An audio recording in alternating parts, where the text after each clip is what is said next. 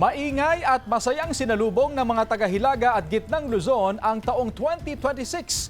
Inabangan din ang kabi-kabilang community fireworks display. Tunghayan sa report ni Sandy Salvacio. Masayang ipinagdiwang ng mga residente at turista sa Baguio City ang selebrasyon ng bagong taon kahit pa mahigpit na ipinagbabawal sa syudad ang paggamit ng mga paputok. Enjoy ang mga ito sa mga kaliwat ka ng community fireworks display. Isinabay ng ilang pamilya ang ilang salo-salo sa panonood ng fireworks display sa pagsalubong ng bagong taon. Tuwang-tuwa ang mga chikiting sa makulay na nagagandahang fireworks. Sa Guagua, Pampanga, sinamantala ng ilang residente ang pagpapailaw ng mga lucis at aerial fireworks bilang pagsalubong sa bagong taon.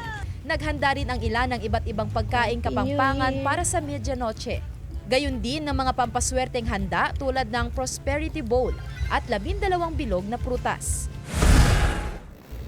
Motorsiklo ang ginamit na paingay ng ilang kabataan sa Lawag City sa pagsalubong ng bagong taon.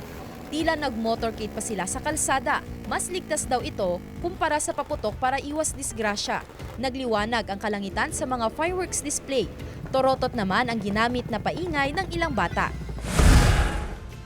Dinagsa ang Calaya Beach sa Lawag City ngayong bagong taon. Marami ang maagang nagpunta para roon mag-agahan kasama ang buong pamilya. May mga nagluto at naglihit ng natirang handa sa medianoche kagabi. Enjoy sa pagligo ang mga bata at may mga humiga pa sa buhangin.